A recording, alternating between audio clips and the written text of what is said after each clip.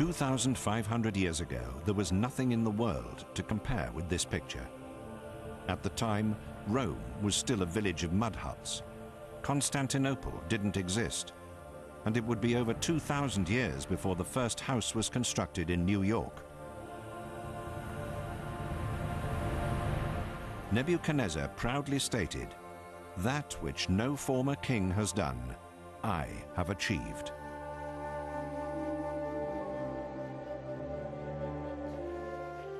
Professor Walter Sommerfeld of the University of Marburg speculates at how the people who lived in this metropolis celebrated their cult festivals. Man muss sich ein Fest so vorstellen, dass im Mittelpunkt die sehr eindrucksvollen Götterbilder standen. You have to imagine a festival with an extremely impressive statue of a god in a central position. It was huge and brightly coloured, with ceremonial decorations. The king was there, along with the high priests. There was singing by the light of the flaming torches. Something of a similar kind of religious sentiment is still found today in India. We can't take part in Babylonian festivals like this anymore, but at least there are a great many parallels in India that enable us to capture something of the atmosphere of that time.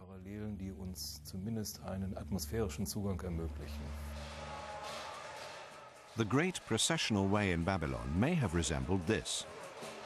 There are considerable parallels between the religious festivals celebrated each year by the people of Puri in eastern India and Nebuchadnezzar's Great New Year's Festival, an ancient religious tradition that perhaps spread from Babylon to India, or the other way round.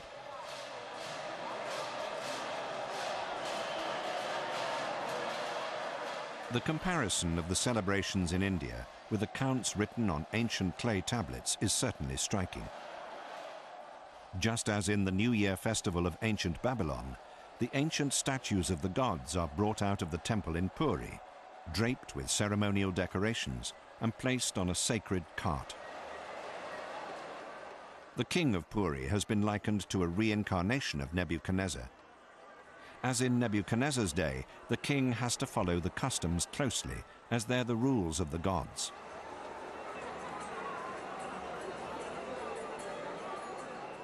Just as Nebuchadnezzar once did, he has to clean the cart in a ritual gesture. This religious ceremony serves to legitimize his rule and to renew the bond between king, God, and the people. The entire population is caught up in the euphoric ritual.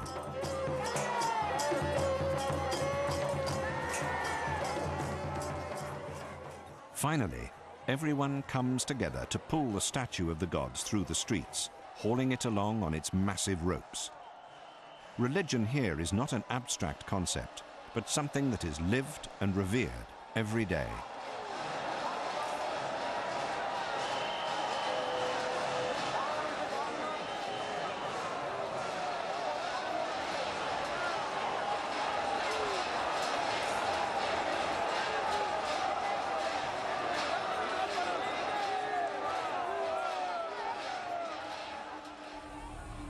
The hectic bustle of the carnival route in Puri is a modern reflection of the ancient rituals 2,500 years ago in Babylon.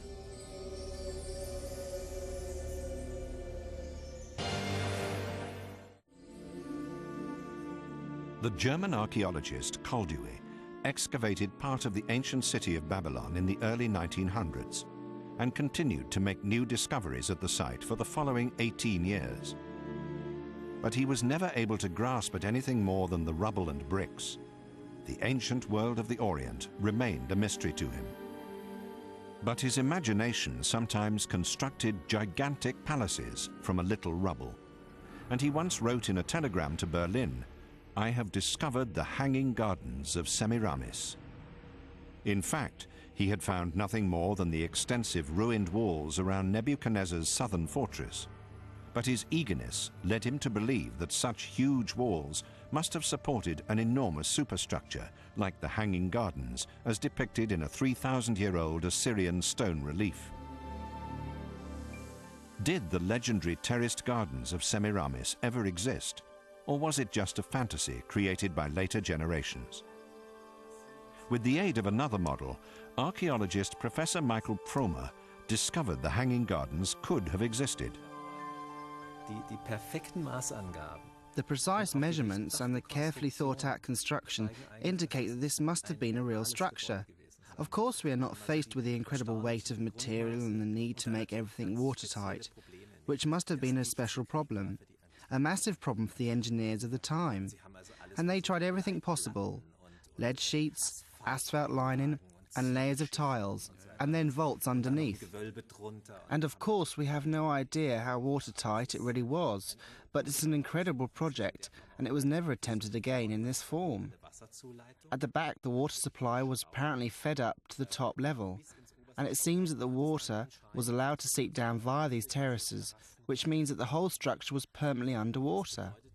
And you can see from the gigantic walls, from the thickness of the walls, in comparison to the quite narrow vaults, that they were well aware of this problem.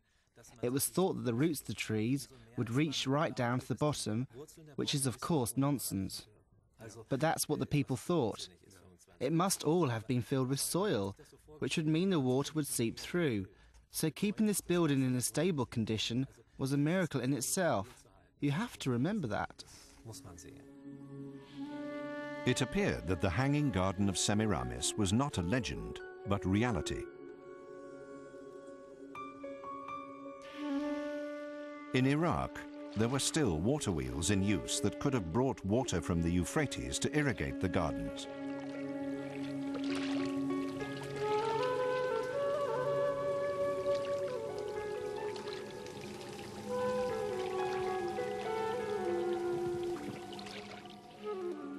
A park area of this kind must have been the crowning glory of a city like Babylon. A feature of immense prestige that may well have attracted even more admiration in the blistering heat of the Orient than the Tower of Babel, standing 100 meters high. But the figure of Princess Semiramis, with whom Nebuchadnezzar is said to have fallen in love, does not stand up to historical examination. She was just a legend.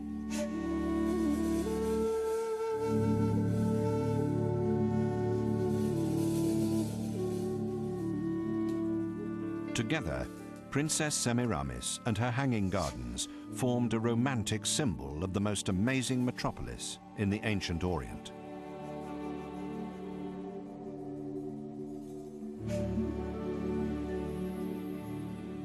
Ancient Babylon was a dream city of international fame and the gateway of the gods. But it was a dream that collapsed with astonishing speed. It is perhaps the greatest tragedy that the immensely powerful city walls never really had to defend Babylon against an enemy. The reign was eroded from within. Nebuchadnezzar's successor, Nabonidus, was overthrown by his own priests. And then suddenly, Babylon was little more than a footnote in the annals of history.